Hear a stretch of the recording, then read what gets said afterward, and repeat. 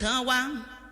Ètò yìí ló jẹ́ mọ́ 5 A's tó ń bẹ nínú travel essential látòrí accommodation tó fi dá accessibility, attributes, activities at attractions tó wà nínú tourism pátápátá. Ẹ máa bọ̀ wá darapọ̀ pẹ̀lú àwọn atọ́kùn yín Ambassador Taiwo àti Kehinde ọmọ Oguntoye, the most famous twins in African tourism nù.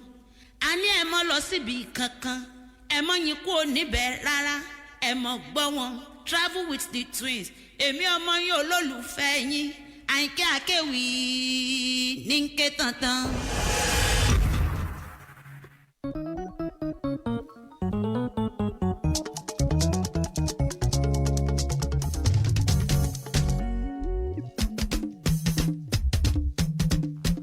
Travel with the twins. Ètò tó borí àtẹ̀kùn. Travel with the twins. Ètò tó borí àtẹ̀kùn. Ẹ̀yin èèyàn mi ẹ bá gbèjì rìnrìn àjò. Ètò tó borí àtẹ̀kùn. Ẹ fetí sílẹ̀ kájọ gbádùn ètò yóò. Ètò tó borí àtẹ̀kùn. wẹ́rẹ́ adúpẹ́ lọ́wọ́ ọlọ́run ọba aláwùrábí ọba ṣẹ̀dá òun náà ni alpha omega ọba ìbẹ̀rẹ̀ àti òpin abẹ̀rẹ̀ ọdún yìí láyọ̀ àtàlàáfíà monday tó kẹ́yìn oṣù july náà látún ti wọ̀ yìí o ọ̀sẹ̀ yìí yóò san wá sówó yóò san wá sọmọ yóò san wá sí àìkú baálé ọ̀rọ̀ láṣẹ Elédùmarè ẹ ṣàmì ẹgbẹ́ ètò àdúrà mímọ́ mo kí n káàbọ̀ sórí ètò travel with the twins pẹ̀lú àwọn ọmọ yín ọlálùbáríkà tẹ́bá ti mọ̀ pé gbogbo ọjọ́ ajé báyìí lọ́tún náà ni ètò wa ló máa ń gbàràdá fún ti oṣù july yìí guest of the month náà ni special edition ni gẹ́gẹ́ bí gbogbo báyìí ń sọ ní ọjọ́ mẹ́jọ àlejò wa ti wà pẹ̀lú wa o ṣùgbọ́n kí a tó máa jẹ́ kálejò yín kẹ́ tó máa gbọ́ ohùn wọn ẹ jẹ́ kí n máa fi lè dárúkọ mi pé orúkọ mi ni Kehinde Ọládélé Ògúntóyè mú kí n káàbọ̀ sórí ètò Travel with the Twins. This is to welcome you to yet another special episode of Travel with the Twins on Lagelu 96.7 FM. Okay, Gajoke, Oga on top. The only broadcasting station broadcasting from the palace, right in the palace of Obadebayo Abeni, MFA, Baba Ekerin, Olúbàdàn ti Ìbàdàn ti àti Ambi. Akin gbogbo ẹ̀yin tẹ́ ń gbọ́ nílé lóko lẹ́yìn odò lórúkọ olóòtú àgbà ètò yìí Túndé Ọmọláwo Kébugi olóòtú àgbà Ṣọ́nsà.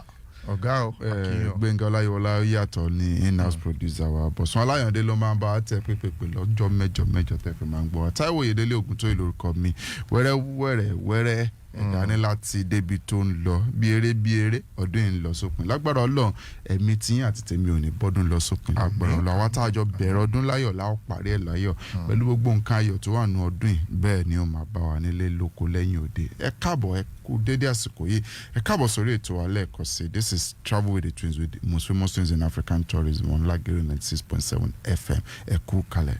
Yes, gẹ́gẹ́ bí mo sọ tí ò ní ẹ mọ̀ pé gẹ́gẹ́ bí ọ̀sẹ̀ mẹ́ta mélòó sẹ́yìn ọ̀rọ̀ ìrìn àjò náà là ń fi bẹ́ẹ̀ sọ ká sọ̀rọ̀ ìrìn àjò ká sọ̀rọ̀ tourism ṣùgbọ́n gbogbo tòní yóò kó gbogbo ẹ̀ papọ̀ nítorí pé àṣà wa là á sọ̀rọ̀ lé lórí pàápàá jùlọ nípa ẹni tó jọ mọ́ travel and tourism ẹ mọ̀ pé wọ́n ní culture is the total way of life á sọ nípa àṣà wa àrólé àṣà wọ́n ti wà pẹ̀lú wa nínú kulu gbogbo ẹ̀yin tẹ́ ń darapọ̀ mọ́ wa ní gànà ti Facebook ti Lágelú ẹ máa lọ bẹ̀ẹ́ rí àrólé àṣà ta ni ó ń jẹ́ àrólé àṣà àwọn kan ti máa wòye pé àwọn ni òun ni àwọn kọ́ ẹ lọ darapọ̀ mọ́ wa ní gànà ti Facebook ti Lágelú kẹ́ ẹ wo àrólé àṣà ẹ mọ̀ pé gẹ́gẹ́ bí ìṣe wa ẹ jẹ́ ká lọ mú ròyìn ráńpẹ́ nípa travel news tó bá ń ṣẹlẹ̀ ní àgbáńláyé àti orílẹ̀-èdè Nàìjíríà pàápàá jùlọ nílẹ̀ Áfíríkà tábàtìkà ròyìn tán ẹ wà máa gbọ́ orin rìn lẹ́nu wa pẹ̀lú àlejò wa guest of the month special edition Travel with the Twins ẹ kú kalẹ̀ up next.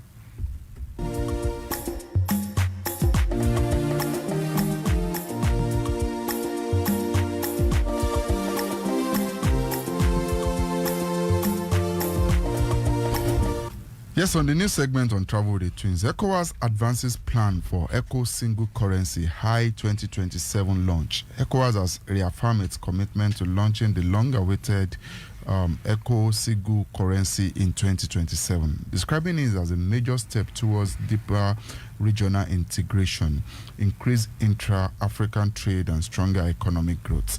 The decision was reached at the 69th Ordinary Session of ECOWAS Head of State and Government in Sierra Leone.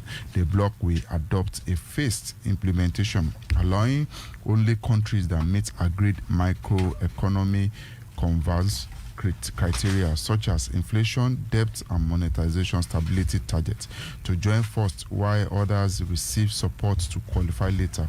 ECOWAS also secured the registration of the ECO name with the African Intellectual Property Organization, OAPI. The ECO is expected to remove exchange rate barrier, lower transaction costs, encourage cross-border trade and investment, and strengthen West African role under the African Continental Free Trade Area. Despite previous delay, leaders remain optimistic that the revised roadmap will deliver a successful launch in 2027.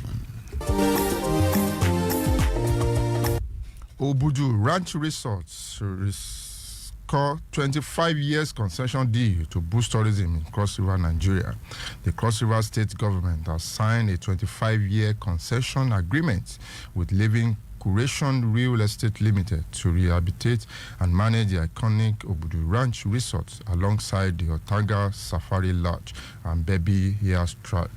The partnership is aimed at transforming the facility into world-class tourism, hospitality, ecotourism, and conservation destination, where attracting private investment, creating jobs, and stimulating economic activities within host communities, especially for women and youths.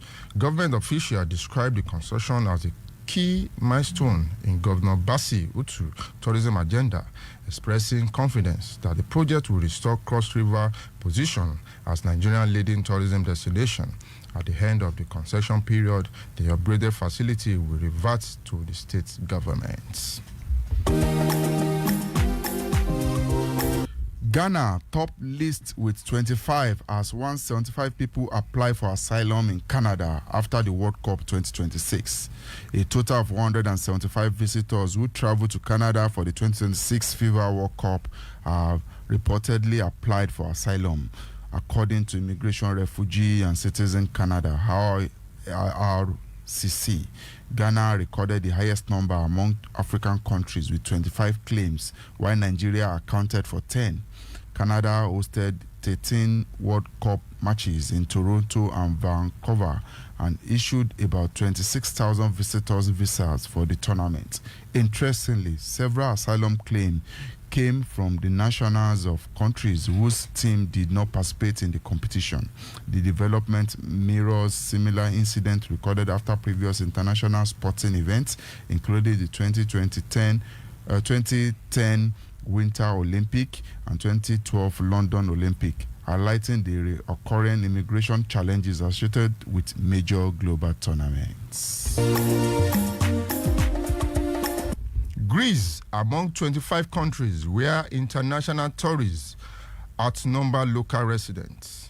Greece has been ranked among 25 countries where annual international tourist arrival exceed the resident population, attracting about 2.7 visitors for every resident. The ranking highlights the country's strong tourism appeal and its growing dependence on the sector. The global list is led by Andorra, followed by Monaco, Malta, Iceland, and Palau, while Portugal, Croatia, and Austria also recorded more tourists than residents. Many of these destinations rely heavily on tourism as a key driver of their economy. The ranking based on UN tourism and World Bank data underscore both the economic benefits and the growing pressure mass tourism places on infrastructure, community, and environmental sustainability in leading destinations. And finally, NTDA, Lagos strengthened partnership to drive Nigeria tourism growth and global appeal. The Nigerian Tourism Development Authority, NTDA, and the Lagos State Ministry of Tourism, Arts and Culture have renewed their commitment to working together to promote Nigeria as a leading global tourism destination. During a courtesy visit to the ministry, NTDA Director General Mr. Olayiwola Awakon praised Lagos for its achievement in tourism development and expressed readiness to replicate the state's successful initiative across Nigeria through stronger collaboration. Lagos State Ministry welcomed the partnership, noting that both institutions share a common vision of unlocking Nigeria tourism potentials. The collaboration is expected to boost destination promotion, attract investment, strengthen Nigeria's global image, and position tourism as a major driver of economic growth. That is the new segment on Travel with the Twins. We'll quickly go on brief commercial. By the time we get to return, we get to meet Arole Asa, our own replica of Duro Ladipo. Emagbekuru Eku Kale.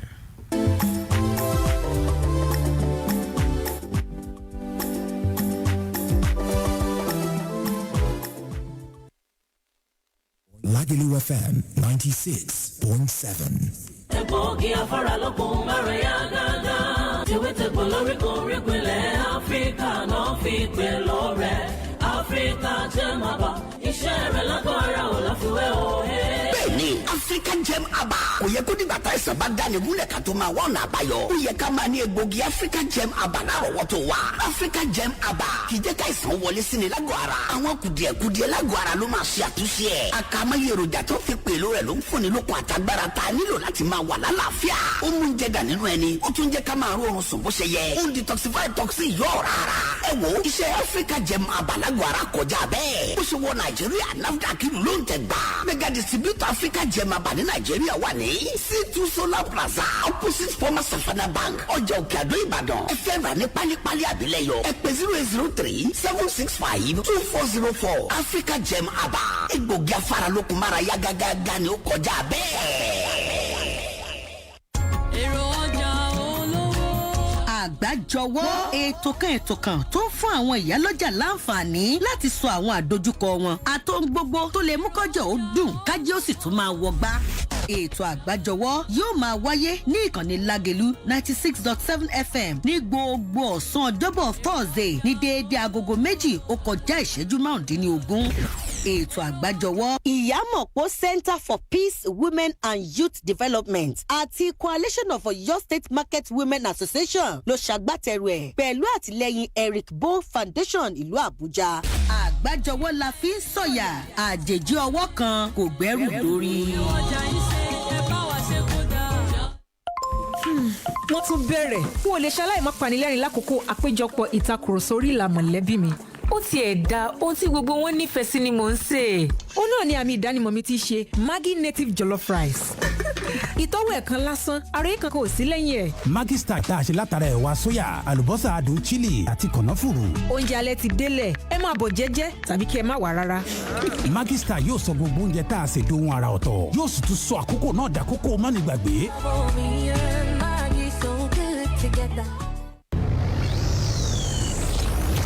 2 years ago, the biggest radio raffle hit we always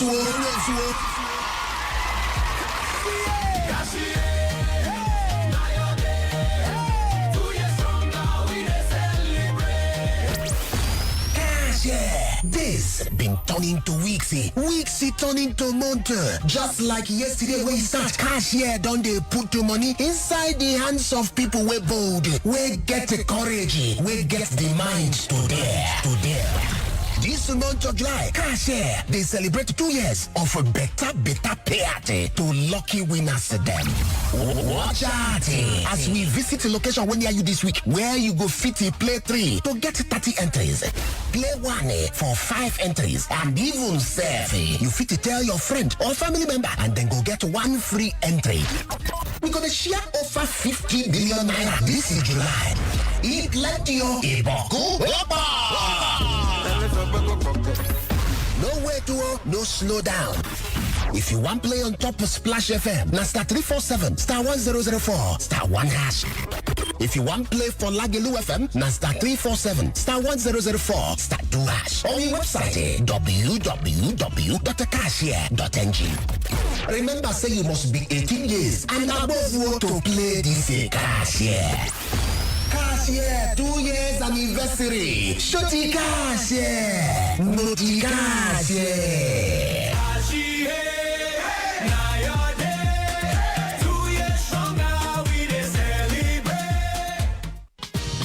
etí yín mélòó gbogbo èèyàn pínlẹ̀ ọ̀yọ́ Whitestone souvenir ló rán mi sí yín lórí gbogbo èèyàn tó ti ìlú kan wọ̀lú ìbàdàn tẹ́ ẹ ní nǹkan rẹ ṣe tẹ́ ẹ sì nílò souvenir lóríṣiríṣi tó jẹ́ original pọ́nbélé tẹ́ ẹ lè lò nínú ilé tẹ́ ẹ lè fi sẹ̀bùn fáwọn onínáwó gbogbo lọ́jọ́ ayẹyẹ wọn bí àríyá àgbéyàwó òkú àgbà ọjọ́ bí ìsílẹ̀ àti fún àwọn ọmọdé ká sọ díẹ̀ kẹ́ ẹ lè mọ̀ pọ́jà gidi yapa high quality stone mix blender ìrara tí ń bẹ lórí stone mix blender wa o stone mix yam panda àsọ̀sùdìyànlẹ́yọ̀ sọ́kà. back to school items souvenir bags high quality stainless pots tí doctor recommend pé ká máa lò nílùú àsìkò yìí present iron àwọn ògbàlódé lóríṣiríṣi abọ́mọ̀fọ́ serving dish rechargeable fan gbogbo irinṣẹ́ tó wúlò fẹ́yìn kẹ́tìrà solar fan ohun èlò ní kitchen àti nínú ilé ó sì wò yín ká bá yín set up kitchen yín a tún lè bá yín ṣe tí gbogbo kọ́lọ̀ ó sì jọra ń kulẹ̀lẹ̀ for the original souvenir gbéra ńlẹ̀ máa lọ sí Whitestone souvenir ìdí àpẹ́ Odùduwà building directly opposite NNPC filling station ìdí àpẹ́ Ìbàdàn bó rajà lọ́pọ̀ ó lè pè 08069134989 08069134989 Whitestone souvenirs débi ọ̀rajà.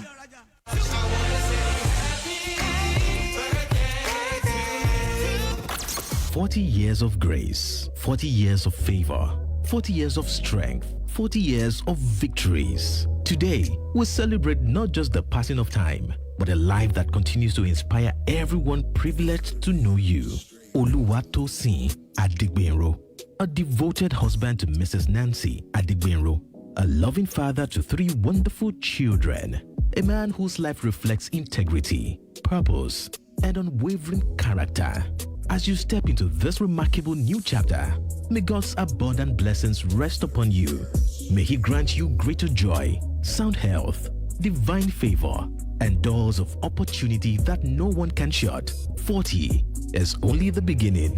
Oluwatosin Adigbenro, happy 40th birthday from your delectable wife, Mrs. Nancy Adigbenro. Splash FM Media Academy níbẹ̀ làwọn ènìyàn ti fi igbá bu omi ẹ̀kọ́ ètò ìròyìn sórí àtàǹbá gidigba sókè téńté nínú ìgbóhùnsáfẹ́fẹ́ pẹ̀lú ìkọ́ṣẹ́mọṣẹ́ àti ìwà ọmọlúàbí.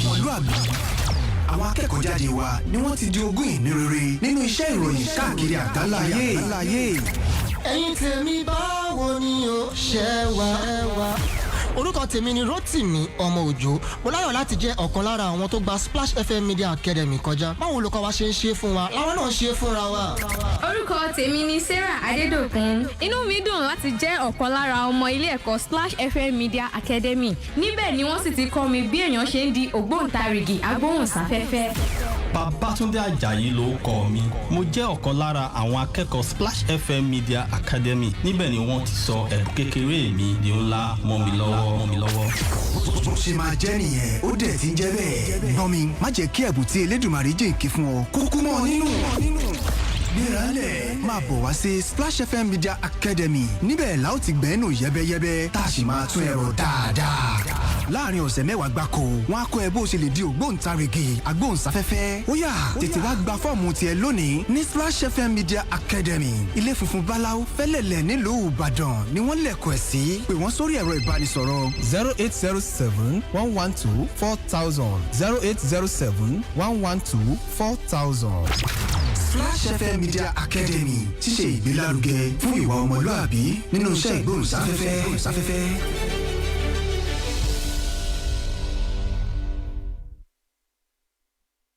Lagelu FM 96.7.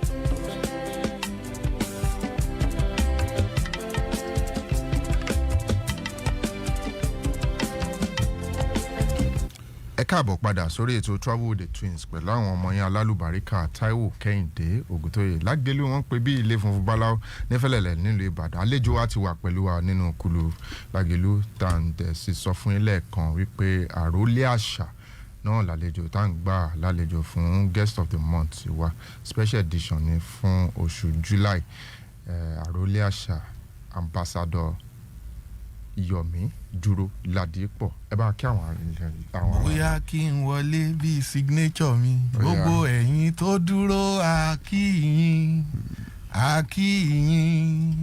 gbogbo ẹ̀yin tó jókòó a máa kíyìn ó jàre àkíyìn Yomi Duro Ladipo yẹn mà ló tún dé tó ń kíyìn ó ṣàlàfíà lẹ́wà ara ò lè bí ẹ kú ìkàlẹ̀. èyí tẹ́ kọ́kọ́ fi wọlé ẹ̀ táwọn mú bọ̀ mo fẹ́ bá sequence yẹn lọ dáadáa ẹ láwọn tó dúró ẹ kí wọn ọkàn mi ń sọ pé àwọn tó jókòó náà ẹ gbọ́dọ̀ kí wọn ẹ sì kí wọn náà.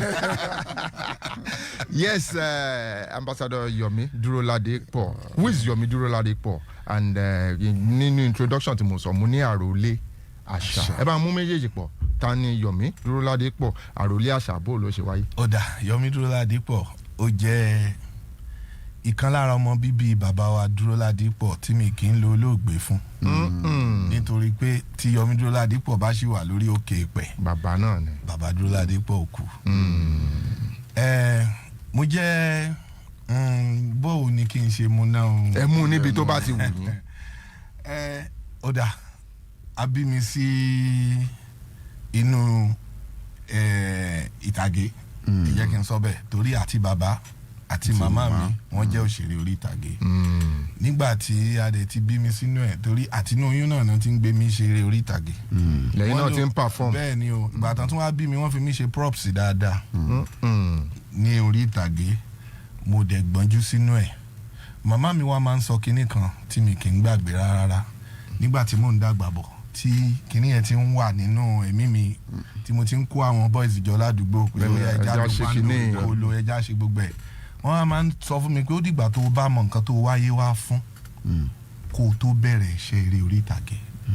Ọ̀rọ̀ yẹn ò yé mi rárá ńgbà yẹn títí tí mo ṣàfi lọ léèwé tí mo kàdé léèwé ẹ̀kọ́ gíga tí mo fi lọ sẹ́ń fún tí mo tún sáàfù fún NYSC.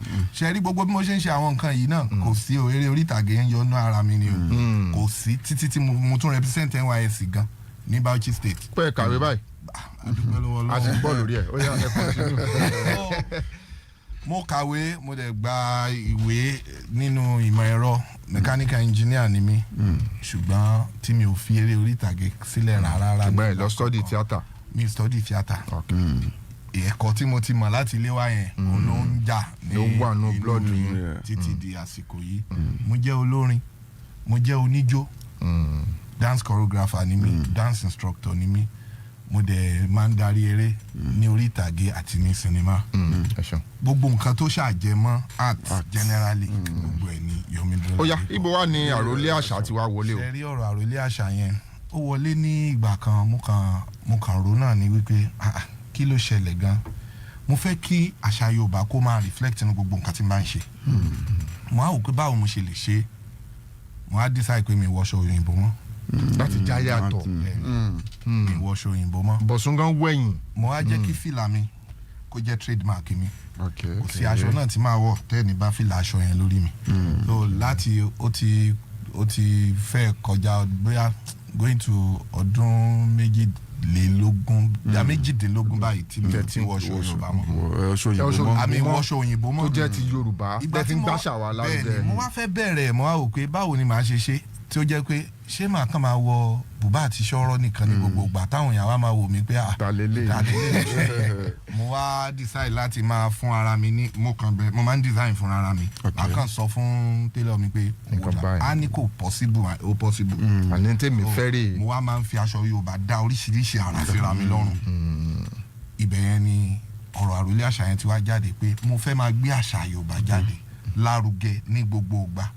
Kúkú fún mi l'Arole Asa kí n kúkú máa jẹ́ Arole Asa tó jẹ́ pé gbogbo bíkíbi tí n bá ti ń dé láì sọ̀rọ̀ mi ẹ ti mọ̀ pé Arole Asa ló dé. ẹ jẹ́ mi àwa torí tí ò bá sí àná kò lè sóni bí ò bá dẹ̀ sóni kò lè sọ̀la. Ẹ jẹ́ ká wá wò tá a bá ń sọ̀rọ̀ nípa gbajúgbajà àwọn èèyàn tó mú eré ìtàgé tó mú eré àṣà àti ìṣe wa kúrò lórílẹ̀ Nàìjíríà tó mú lọ àwọn àlè ṣé ká má dárúkọ bàbá Duro Ladipo. Ọmọ ìlú wo gan ni bàbá Duro Ladipo? Ọmọ Òṣogbo ni Òròkì Àsálà ọmọ Àtẹ́wọ́gbẹjà. àtọ̀rọ̀ àwọn kan lọ́mọ Ìbàdàn ní Duro Ladipo. Bàbá mi kì í ṣe ọmọ Ìbàdàn ọmọ Òṣogbo ni wọ́n ṣùgbọ́n wọ́n ṣe púpọ̀ nínú iṣẹ́ wọn ní ìlú Ìbàdàn. Wọ́n gbé ìlú Ìbàdàn dáadáa. Ìbàdàn kọ́kọ́ dé sí Ìbàdàn wọ́n gbé Yemẹtu wọ́n gbé College Crescent wọ́n gbé Bòdè kan tó ṣẹ̀ṣẹ̀ wá lọ sí Bòdè wá sẹ́mi ní Báṣọ̀run. kọ́sítà bá ń sọ̀rọ̀ nípa màmá ńkọ́ màmá Mọ́remí. Màmá ọmọ Èkìtì ni màmá, ọmọ Ẹ̀pẹ́ Èkìtì under Ìjẹ̀rò local government. torí màmá jẹ́ olólùfẹ́ ètò yìí wọ́n lè ṣe kán má gbé tó yìí màmá wa Mọ́remí Àjàsọ̀rọ̀ top fans wa ni màmá. wọ́n lè ṣe kán má gbé tó wa. gbogbo ọjọ́ Monday báyìí. lọ́jọ́ kan ni màmá ó wà orí ètò ìlàgbẹ̀rẹ̀ lédò. ẹ jẹ́ ká wò. àgbẹ̀ wa bẹ́ẹ̀ni olólùfẹ́ kò sí tọ́ta bá ṣètò báyìí màmá máa pè wá láti kí wa náà we celebrate you màmí ẹ ṣe gan ẹ túbọ̀ pẹ́ fún wa lágbára. ẹ jẹ́ ká wò ṣé ẹ gbọ́jú mọ́ bàbá Duro Ladipo. mi ò gbọ́njú mọ́ wọn torí tí n bá sọ pé mo gbọ́njú mọ́ wọn mo kàn tán ara mi jẹ ni gbogbo àwọn ẹ̀gbọ́n mi gan àwọn náà fìrìfìrì làwọn náà rí ṣe gbogbo wa láti ìdàgbà bẹ́ẹ̀ àwọn ẹ̀gbọ́n mi sì lè sọ̀rọ̀ ń pa wọn èmi ò lè sọ̀rọ̀ ń pa wọn. ok pé ẹ lè sọ̀rọ̀ ń pa wọn nípa ìlànà tí bàbá fi lẹ̀ kí ni àwòkọ́ṣe wo lẹ fẹ́ wò pé ibi báyìí mo tẹ̀lé bàbá níbí. gẹ́gẹ́ bí wọ́n ní tọ́mọ ò bá bá tàn yóò bá àrùbá nígbà tí màmá mi sọ fún mi wípé àwọn mọ̀ wípé bàbá mi máa ń gbé mi dání ó dẹ̀ máa ń sọ̀rọ̀ sí mi ní etí mo fẹ́ sọ pé mo gbọ́ ọ̀rọ̀ yẹn gbogbo ohun tán sọ sí mi létí pátá ni mo gbọ́ and gbogbo ẹ ni mo mú lò nísìnyí. the fin ṣe action báyìí. because tá a bá wò pé rẹ̀ pé nǹkan tẹ́ ẹ kọ́ ń lè wé pẹ̀lú ọ̀rọ̀ tí bàbá sọ sí létí tá a bá ń wò nípa àwọn èèyàn tó kọ́ mú bíi saxophone wọnú cultural display. mi ò fẹ́ rírí ó dẹ̀ pọ́dọ̀ yín ni mo ti kọ́ rí lórílẹ̀‐èdè Nàìjíríà tó jẹ́ pé wọ́n máa mú saxophone á play pẹ̀lú cultural performances tá a dẹ̀ gbé ẹwà èdè wa jáde. ẹ jẹ́ ká wò ń bo ni ṣé wá inú ẹ̀jẹ̀ náà la máa ló wà ní. bẹ́ẹ̀ ni mo kàn wo náà ni nǹkan tá à ń pè ní packaging òun ni ó ṣẹlẹ̀ níbẹ̀ yẹn mo máa ń ṣeré orí ìtàgé dáadáa mo máa ń jó mo máa ń kọrin mo ní troupe tá a máa ń kóra wa káàkiri mo wá wò pé báwo ni màá ṣe ti tèmi tá a yàtọ̀ wọ́n ní a kì í wọ bàtà jó bàtà mo wá fẹ́ wò pé ok èmi fẹ́ wọ bàtà jó bàtà fẹ́ try bẹ́ẹ̀ ni mo fẹ́ wọ bàtà jó bàtà mo wá wò pé báwo ni màá ṣe wọ bàtà jó bàtà kí ni màá ṣe bí mo ṣe wò pé jẹ́ kí n gbé horns wọ̀ nìyẹn mo wá lọ kọ́ fèrè trumpet ni mo kọ́kọ́ máa ń fọ tẹ́lẹ̀ ṣùgbọ́n gbà tó yá mo wá ní jẹ́ kí n bọ́ sí saxophone báwo mo ṣe fẹ́ blend méjèèjì papọ̀ tí bàtà àti saxophone náà fi papọ̀ mọ́ra wọn mo dẹ̀ jókòó mo kàn gbé concert kan kalẹ̀ náà ni bí mo dẹ̀ ṣe bẹ̀rẹ̀ náà nìyẹn wẹ́rẹ́ ó dẹ̀ ń lọ ó ti wá di nǹkan tí àwọn èèyàn ti gbà. torí ẹ ń fọ fèrè wájú gómìnà ẹ ń fọ fèrè wájú ààrẹ ẹ ń fọ fèrè lójú àwọn lọ́balọ́ba àti kìnìún báwo ló ṣe máa ń rí lára yín ná. tẹ̀ bá rán àwọn èèyàn tó ń dìde sí ní tẹ̀ ń fọ. torí kò sí bẹ́ẹ̀ ṣe fẹ́ gbé performance kalẹ̀ kò sí báwọn yẹn fẹ́ ṣe gbọ́ tó àwọn ibi kò sí nǹkan tẹ́ bá ń ṣe lọ́wọ́ ẹ filẹ̀ wọ́n á gbọ́ nǹkan tẹ́ fẹ́ sọ ni báwo ló ṣe máa ń rí lára yín. mo dúpẹ́ lọ́wọ́ Ọlọ́run tó fún mi nírú initiative yẹn nítorí wípé ó wà unique gan ẹ rí wípé mi kì í kọ́kọ́ jáde anytime tí bá fẹ́ ṣe bẹ́ẹ̀ àti kọ́kọ́ máa ṣe gbogbo kémi tó wá àwa náà ti wòyìn ẹ ti wòyìn dáadáa. mo máa fi a máa fi ń kàṣe àwọn attraction àwọn èèyàn ni pé nǹkan kan ṣì ń bọ̀ kí ló fẹ́ ṣẹlẹ̀ nǹkan kan ṣì ń bọ̀ so tó bá ti jáde dé yẹn báyìí wá wò pé ṣe rí gbọ́ àkàn lè máa ṣe nǹkan lọ bákan náà àkàn lè máa ṣe nǹkan lọ bákan náà a ní ti láti wò pé báwo la ṣe máa spice ẹ̀ tá tó fi ṣe dáadáa àkàn lè tún gbọ́dọ̀ mú nǹkan kan tí ò nítumọ̀ ká mú wọ̀ tẹ bá rí láti gbé fèrè àti láti jó pẹ̀lú ẹ̀ iṣẹ́ ńlá ni ó gba training gidi torí wípé ọ̀tọ̀ ní strength tí a fẹ́ fi fọ́ fèrè yẹn ọ̀tọ̀ ní strength ìjó kí àwa combine méjèèjì papọ̀ iṣẹ́ ńlá ni so mo wá dúpẹ́ pé àwọn èèyàn ti gbà á wọ́n gbà á. ṣe ẹ̀ ń kọ́ àwọn èèyàn náà pẹ̀lú ẹ̀. bẹ́ẹ̀ni kọ́ èèyàn pẹ̀lú ẹ̀. tí mo máa ń ṣe jù náà nìyẹn láti kọ́ àwọn èèyàn. ẹ̀yin aráalé ọ̀rọ̀ ṣì ń bọ̀ àti ìbẹ̀rẹ̀ rárá torí pé a sì ń lọ bìkan ni nínú ọ̀rọ̀ yẹn sọ pé kò dáa ká máa tún máa ṣe nǹkan bákan náà lórí yẹn láwa fàbọ̀ sí tá a bá lọ tajà dé ní ká lọ polówó ká lọ tajà bọ́sùn ó yá gbé sókè.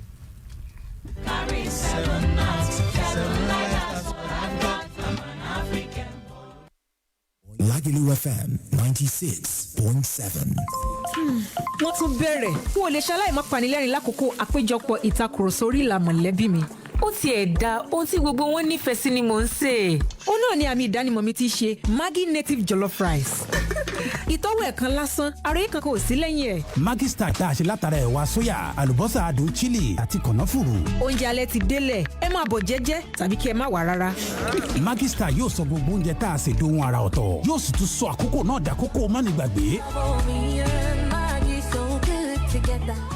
لبيك اللهم àtètè sùn la tètè jí fún gbogbo alálàájì tó múra lẹ̀ dé hajj 2027 ètò ti bẹ̀rẹ̀ ní pẹrẹu níléeṣẹ́ alálàájì tó ṣe é fọkàn tán alidaya hajj and umrah services bẹ́ẹ̀ ni o bí àjọ alálàájì orílẹ̀-èdè nàìjíríà ṣe fi lélẹ̀ wípé september 15 ọdún yìí ni gbogbo pépè ó wá sópin lórí owó sísan fún ìgbáradì hajj 2027 ni alidaya ṣe ń ké sí gbogbo àwọn alálàájì tó fẹ́ bá wa ṣe hajj ọdún tí ń bọ̀ láti yá wa gbé ìgbésẹ̀ kánmọ́nkíá kí wọ́n fò kọ́lẹ̀ kí wọ́n sì parí gbogbo owó sísan wọn kó tó di ọjọ́ kẹẹ̀ẹ́dógún oṣù kẹsàn-án ọdún yìí tí gbogbo ètò kásẹ̀ ńlẹ̀ ẹkú ti mọ ti alidaya wípé ìdẹ̀kùn alálàájì àwọn múni kékeré lọ́dọ̀ tiwa ètò ilégbé ìrọ̀rùn tí ó jìnnà sí haram oúnjẹ àjẹgbádùn lóòrèkóòrè tìyára sí gbogbo àwọn àyè tó yẹ tó fi mọ́ wá sí ọ̀fẹ́ látìgbàdégbà ìjọta abada láti lo àtibọ̀ kì í yẹ ẹ̀yà agbéra báyìí kẹ́ẹ̀kan sí alidaya hajj and umrah services ní nọ́mbà 2 adedibu shopping complex opposite bofas filling station iwo road ìbàdàn tàbí kẹ́ ẹ máa pe aláṣẹ àti olùdarí alidaya hajj and umrah services sórí 08062440572 àǹfààní sọdíẹ̀díẹ̀ wà lọ́dọ̀ wa tó fi mọ́ ìrìnàjò umrah olóṣooṣù alidaya hajj and umrah services ájì ìrọ̀rùn ní tiwa bíídínláì tààlà.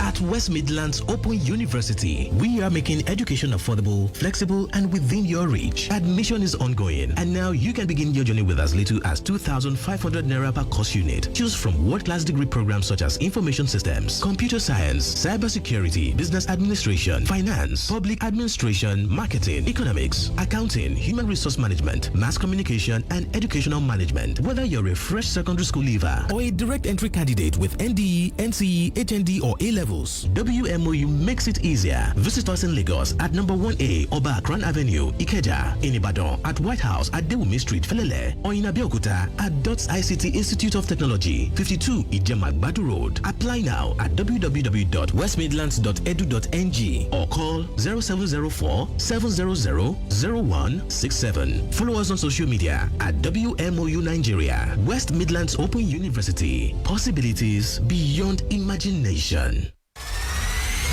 Oh, my IBDC meter unit don't finish now. See bad time you to go kill buy token now go stress me well. Why you dey worry like that? Just use iRecharge. Are you recharge? How that one take work? Simple. Download the iRecharge app from App Store or Play Store and pay your IBEDC bill or buy prepaid token instant. You can also dial *6606*1 on your phone. Sharp like that. Even better, your IBEDC meter now gets permanent bank account number. Just do one bank transfer to the account number and receive your token or pay your bill within seconds or visit www.irecharge.ng. Make you start today. iRecharge. Convenience. Accessibility. To care for those who once cared for us is one of the highest honors. To therefore give highest care to our elderly, Emerald Comfort Home is your sure bet. Oh yes, established to provide total care for our aged parents, the elderly. From time to time, Emerald Comfort Zone is your trusted ally. Ìtọ́jú àgbà ṣe kókó ṣe pàtàkì. Bó ṣe wá wù yín lọ́kàn láti ṣètọ́jú arúgbó yín. Ṣùgbọ́n táàyè ò sí. Bẹ́ẹ̀ gẹ́lẹ́ lẹ ṣe máa jàǹfààní ẹ̀ ní Emerald Comfort Home. Wọ́n mọ̀ ntarúgbó ń fẹ́, wọ́n mọ̀ oúnjẹ tó yẹ wọ́n, wọ́n mọ̀ àsìkò tó yẹ kí wọ́n gbà tọ́jú tó fi mú àyẹ̀wò ìlera lóòrèkóòrè wọ́n mọ̀rúfẹ́ eré tarúgbó ń ṣe wọ́n sì màsìkò tó yẹ kí wọ́n nọra Emerald Comfort Home ọ̀pọ̀ èròjà ìtọ́jú arúgbó ló wà ńlẹ̀ gẹ́lẹ́ bí wọ́n ti ṣe lókè òkun ẹ kàn sí Emerald Comfort Home lónìí ní Ajinde 1 Road 2 Junction beside transformer off Liberty Academy Road Akala Expressway Ibadan. Please call 090-7895-7698. Email emeraldcomforthome@gmail.com. Emerald Comfort Home. Exceptional care in a place you can trust. Lagelu FM 96.7.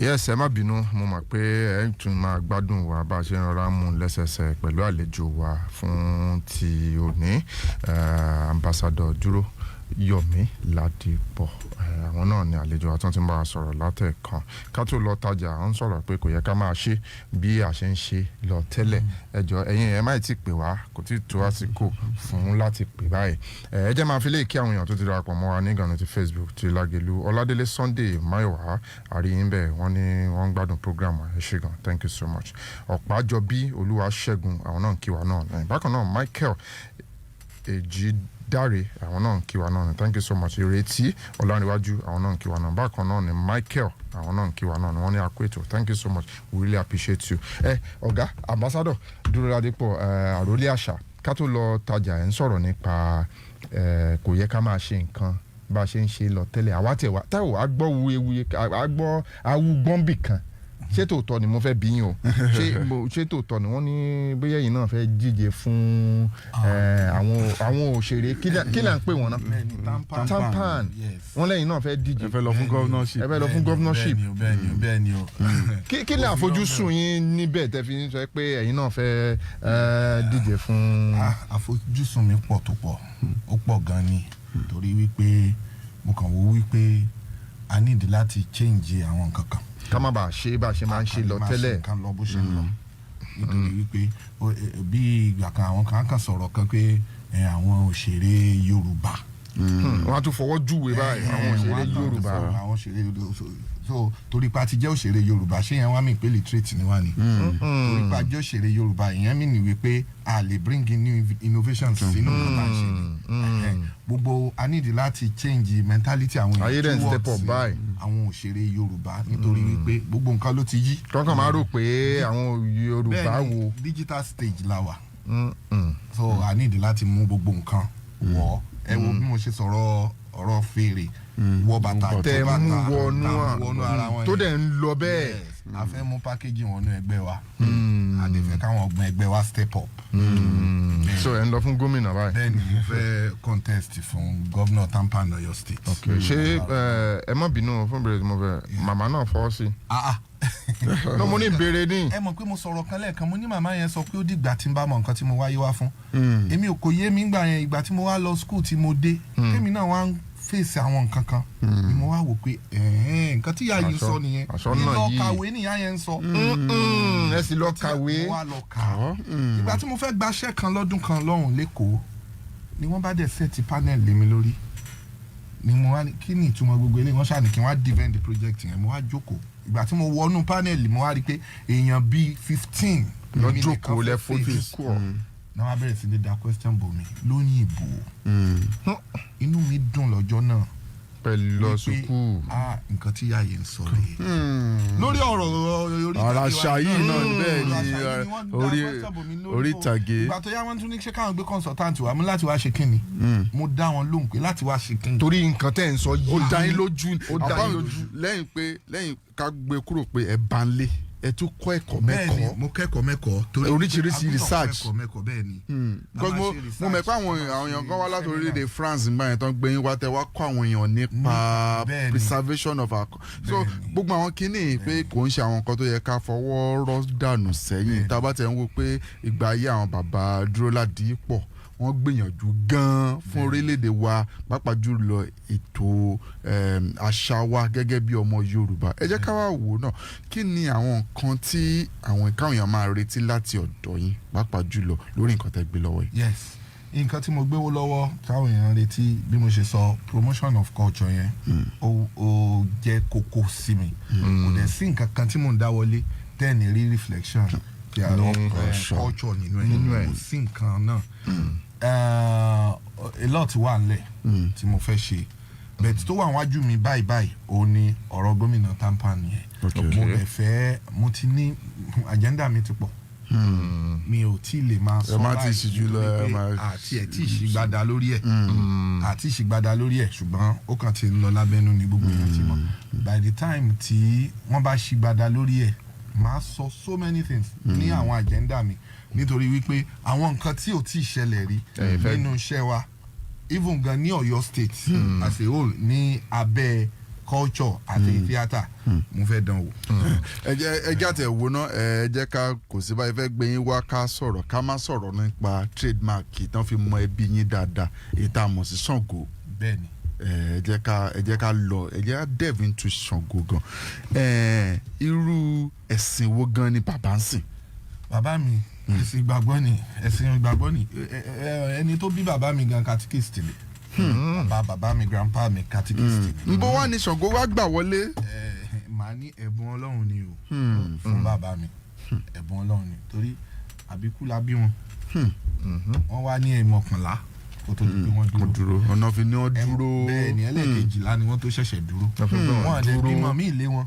Wọ́n ń wá lẹ́ẹ̀mọ̀kànlá. Àwọn náà ló ń wá. Àwọn wá tán padà. So ẹ̀bùn Ọlọ́run ni kó tó di pé torí pé bàbá yẹn gbé àṣà lárugẹ. Mo máa ń sọ fún gbogbo èèyàn bàbá mi ò kì í ṣe abọ̀rìṣà. Christian ni ṣùgbọ́n a promoter of culture. Duro Ladipo was never a pagan. He was rather a Christian. Tó dẹ̀ jẹ́ wípé wọ́n gbé àwọn náà wọ́n gbé bàtà wọnú church tí wọ́n dẹ̀ lé wọn kúrò ní church ńgbà náà. Bàtà àwọn láti wá ń lò ní church báyìí táwọn èèyàn ti ń jó sí. Nígbà tó gbé bàtà wọ church nígbà náà lọ́hùn wọ́n lé wọn pé irú kíni yẹn ó gbé lórìṣà wọnú church. Òun náà látún wá ń lò báyìí. Àwọn ti rọ́jò wájú. Àwọn èèyàn kò ń ṣe gbogbo èèyàn ló mọ ìyàtọ̀ láàrin ẹ̀sìn àti àṣà. Ó yàtọ̀ gédégédé wọn dẹ̀ gúnra wọn. Tá ò já sójú òpólẹ̀ àwọn aráalé wọn ti fẹ́ bá àlejò wa fún ti òní wọn ti fẹ́ bá wọn sọ̀rọ̀ àtàwọn sọ̀rọ̀ ambassador Yomi Duro Ladipo náà lálejò wa. Ẹ lè bá wọn sọ̀rọ̀ nísìnyí bí a pe nọ́mbà ta ṣùgbọ́n ká tó fi nọ́mbà síta mò ń kí àwọn èèyàn lórí ìgànnì ti Facebook Ọ̀pá Ìbàdàn wọ́n ní wọ́n dàn sa Arole wọ́n kì í náà ni. Bákan náà Ìrètí Ọlárìnwájú Mákindé wọ́n ní I enjoy your program boss me. Okay, thank you so much. 09123708675 09123708675 àti +2348142491006 nọ́mbà tẹ́lẹ̀ fi pè wá pẹ̀lú Arole Asa ìpè tí ń wọlé Bọ̀sún. Ká máa mú lẹ́ẹ̀kọ̀ọ̀kan báyẹn. Ẹ jọ̀ọ́ ẹ bá ṣe ṣókí o. Hello.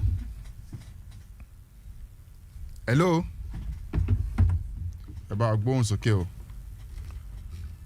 Hello, ẹ ti wọlé o. Ó dàbí ìyẹn rè. Ambassador Yomi Duro Ladipo mú wọn pé ẹ fẹ́ àwọn èèyàn kan gbọ́yìn lé tó jẹ́ ọ̀dọ́ tán sì nífẹ̀ẹ́ sí pé ká ṣeré ìtàgé ká ṣe tíátà ká ṣe sinimá ẹ mọ̀ mọ̀ pé ẹ fẹ́ nímọ̀ràn tẹ́ fún wọn láti gbà wọ́n nímọ̀ràn nípa. Hello. Ẹ káàsán o. Ẹ̀yin ambassador wa yóò dára fún yín o. Àmín. Ẹ kú ètò. Yes sir. Ọ̀jọ̀gbọ́n Ọláníyàn Ọbaṣá láti Sanyo ló ń sọ̀rọ̀. Ok, ẹ káwọ́ sá. Bẹ́ẹ̀ rí àbúrò mi tẹ́ ń interview bẹ́ẹ̀ yẹn lọ́wọ́lọ́wọ́ Yomi Duro Ladipo. Mọ̀mọ́ ẹ̀ mo lè pélé ẹ̀gbọ́n mi because ọ̀rẹ́ tímọ́tímọ́ lòun àti sísá mi Àrìnkẹ́ ọmọ Ọbaṣá. So bàbá mọ̀mọ́ wọn kábíyèsí wa ọba Arówólò ẹlẹ́pẹ̀ẹ́fẹ̀ẹ́fẹ̀ Èkìtì. Ó tún jẹ́ gẹ́gẹ́ bí ọmọ fún bàbá mi Ọ̀dọ̀fẹ́ Ọ̀fìjèrò Paramount Ruler Ìlẹ́jẹ Méjèland. So family wa àti the family gan gidi. Bàbá Duro Ladipo tẹ́ ń sọ yìí ọjọ́ tí bàbá jà wàhálẹ̀ ní UCH gbogbo Ìbàdàn mìtìtì. Bẹ́ẹ̀ni. Ìbàdàn mìtìtì. Irú gangan ló ń pa gbogbo àárín ìgboro wọn láti páàkì mọ́tò mi sí kíkan níjẹ́fẹ̀ẹ́fẹ́ mo fi rìn délé lọ́jọ́ yẹn. So mo gbàdúrà fún Yomi lágbára Ọlọ́run wàá bẹ́sẹ̀ kànkè. Lágbára Ọlọ́run gbogbo nǹkan tó bá ti dánwọ́ lé yóò ṣeé ṣe fún ọ. Eléyìí tó tún ló fẹ́ ṣe gómìnà àwọn TAMPAN báyìí ní orúkọ Jésù kò ní lálátakò ń bẹ̀. Wàá máa ṣe rere o. Ẹ̀yin ambassador méjèèjì gbogbo ìgbà ni mo máa listen sí programu yín. Ẹ ṣé gan ni because ẹ ti break record. Ayé dẹ̀ ti mọ̀ yín lórúkọ Jésù ẹ̀ ní ṣubú. Àmín. God bless you. Yes sir. Ẹ ṣé gan. Thank you so much sir. We really appreciate. Wọ́n bá mi kí àti mi o àti bí ọdún. Wọ́n á gbọ́. Ẹ ṣé gan sir. Because èmi kan tẹ̀ fẹ́ béèrè pé àwọn materials tí bàbá fi ṣe Ṣàngó yẹn níbo ló wà? Bọ̀sùn. Sẹ́mi gan lò. Tọ́lá àwọn èèyàn máa fẹ́ ń wo ń gbà mí pé káwọn wo. Ẹ̀yin náà fi ń ṣe costume. Bẹ́ẹ̀ni mò ń wò. Hello. Ẹ káàsán. Ṣé gan ni o? Yes sir. mọ̀wé ayélujábógo láti àlàtẹ̀. ẹ ṣe gan. mo wojú nǹkan pẹ̀lú bàbá yìí tó sọ̀rọ̀ lọ́gbọ́n. ẹ bá gbóhùn sókè sá. mo ní alàgbà wa yìí ìyá rí pé lórí pípé ni ó sì jọ bàbá dáadáa. wọ́n á wò wípé táwọn náà ti ń ṣe fíìmù fúnra wọn. ìbẹ̀rẹ̀ kejì nípa ṣẹ̀bùn yẹn tẹ̀ máa wo bí bàbá Duro Ladipo ṣe àti á rí i pé Yorùbá ní àṣà tó rinlẹ̀ gan-an. làbọ̀ tí ń pè àwọn sọ wọn pé àwọn Christian ní bàbá bọ̀dọ̀ ìdílé gbà ẹ́ àti Yorùbá mọ̀ nípa nǹkan dára kó máa ṣe ìdílé wá gbé kílé ẹ̀jẹ̀ rí báyìí àárín ẹrú jù gan ni. ẹ ṣe gan wọ́n ní ṣé yìí náà máa ń. wọ́n ní iṣẹ́ ti produce film àbí iṣẹ́ ti ṣe film rí àbí báyọ̀ ṣe àbí nǹkan then secondly wọ́n ní bàbá pé ti road wọn rò nígbà. are we looking at having another Ṣàngó film. we have it already. mo ti ń ṣe dáadáa ní orí ìtàgé káàkiri mo tiẹ̀ ṣe ń múra gan láti fẹ́ ṣe fún bàbá wa Aláàfin láìpẹ́ yìí. nítorí pé kò sígbà tí mi ò sí lórí ẹ̀ tí mo ń ṣe à ń bá àwọn èèyàn míì náà ṣe fíìmù à ń bá àwọn èèyàn míì ṣe adẹ̀ ń po tiwa lọ́wọ́ náà báyìí. bọ́sùn lọ́wọ́lọ́wọ́. hello. hello. yes. ẹ ká sọ ma gbóhùn sókè. láti àpáta. okay. bá ọmọ bàbá dúpẹ́ o aláàtọ̀rí o ìbò gómìnà tán fẹ́ lọ ọlọ́run á fún wọn ṣe. àmín. àdúró ti pọ̀ ṣáájú bàbá lọ èyí fún kékeré o. ẹ ṣe gan ma. ẹ ṣe ma. thank you so much. bàbá tó pè lẹ́ẹ̀kan tó ń sọ pé àzìn pé róò tí bàbá fi play Ṣàngó yẹn pé ẹ̀dẹ̀ ń sọ pé Christian ni wọ́n pé pé ṣé. òun náà ní kọ́tà ń sọ nìyẹn ọ̀tọ̀ làṣà ọ̀tọ̀ lẹ́sìn ní àwọn eré tí bàbá ń ṣe àwọn eré tó jẹ́ historical ni láti má jẹ́ ká gbàgbé àwọn nǹkan tó ti ṣẹlẹ̀ sí àwọn wọ́n gbé wọ̀ ni ṣùgbọ́n nígbà tí wọ́n gbé wọ̀ tán a rí wípé wọ́n ní trait yẹn.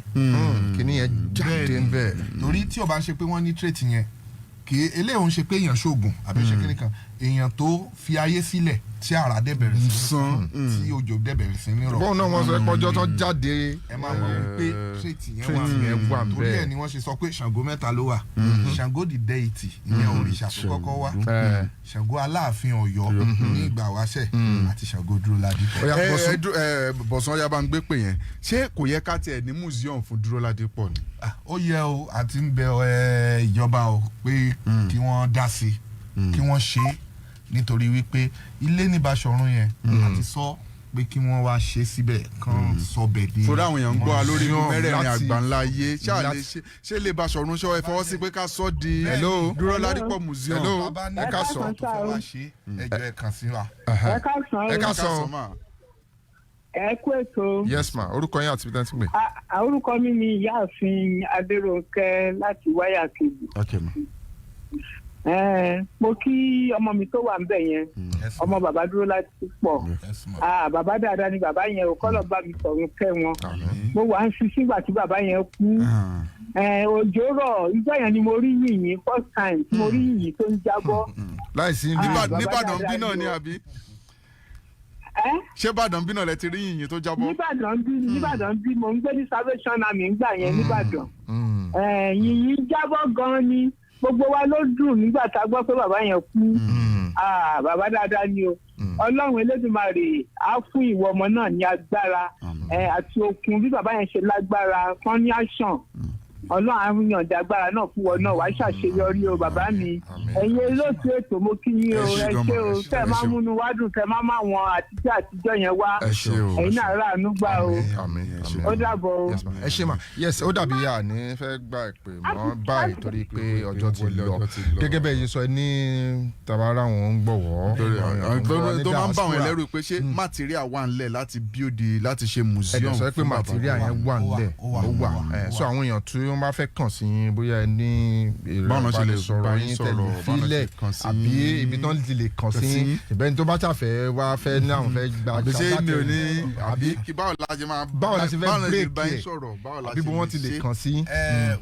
ẹ jẹ́ kí n sọ pé kàn sí mi láti orí ẹ̀rọ ayélujára. ó yẹ sọ fún bẹ́ẹ̀ ni Facebook Yomi Duro Ladipo náà ni Yomi Duro Ladipo Facebook Instagram Yomi Duro Ladipo náà ní TikTok Arole Asa ní TikTok wọ́n lè kàn sí mi láti bẹ̀ wọ́n dẹ̀ lè kàn sí mi through email mi wideredtroop@gmail.com wideredtroop@gmail.com.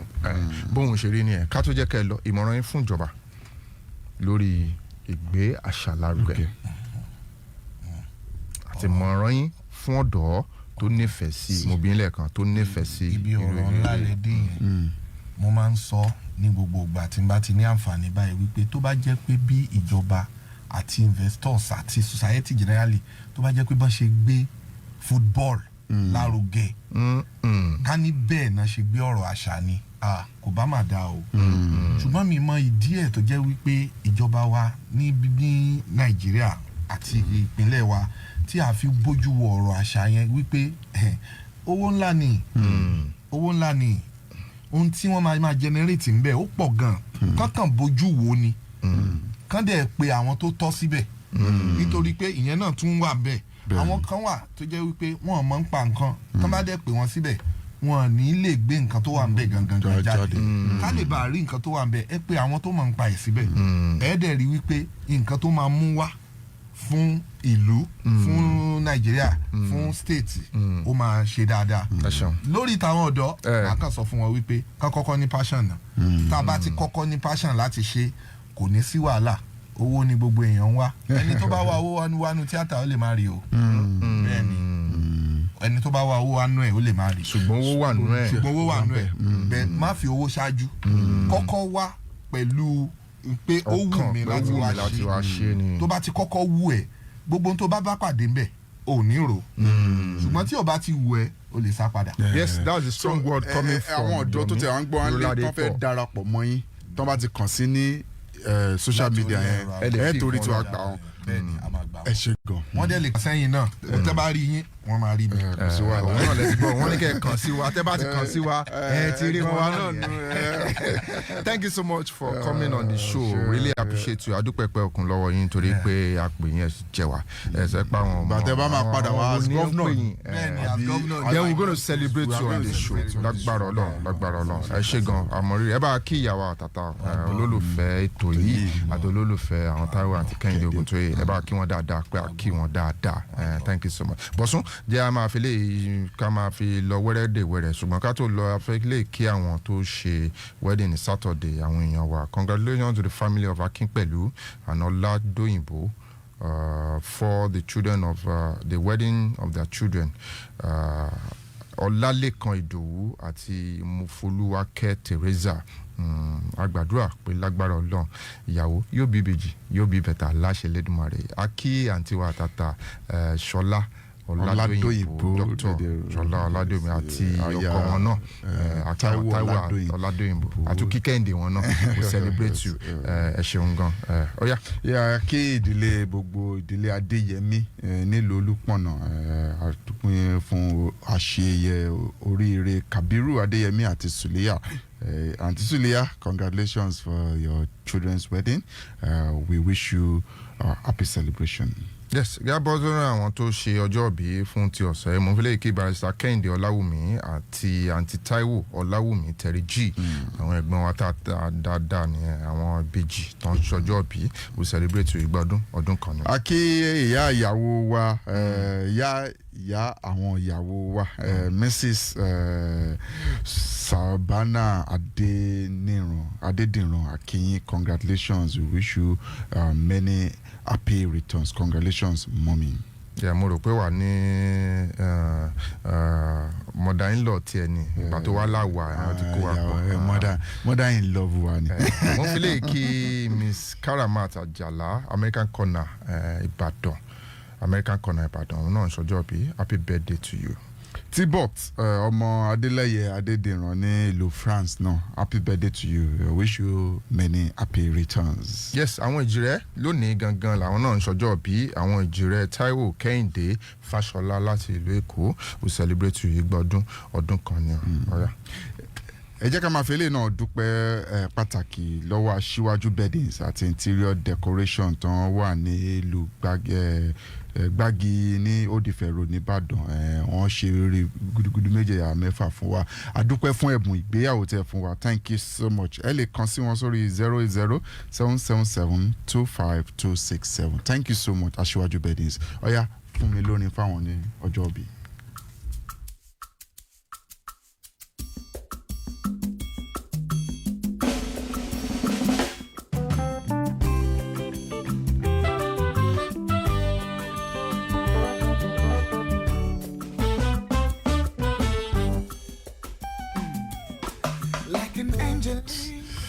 Yes, adúpẹ́ pẹ́ gbogbo ẹ̀yin tẹ́ gbádùn ètò wa lónìí. Ó tún dọjọ́ mẹ́jọ ká tó tún pàdé lórí ètò wa ètò yìí Travel with the Twins with the most famous twins in African tourism. Tẹ́ bá lóhun kóhun tẹ́ fẹ́ bá a sọ lórí ẹ̀ 08097322641 WhatsApp ẹ̀ ṣe gan. Taiwo Yedele Oguntoye lórúkọ mo ń dágbé pé ó dijọ́ mẹ́jọ ó dàbọ̀. Títí ọjọ́ mẹ́jọ láti máa pàdé lórí ètò Kehinde Ọládélé Oguntoye lórúkọ mi ó dàbọ̀. So I promise you for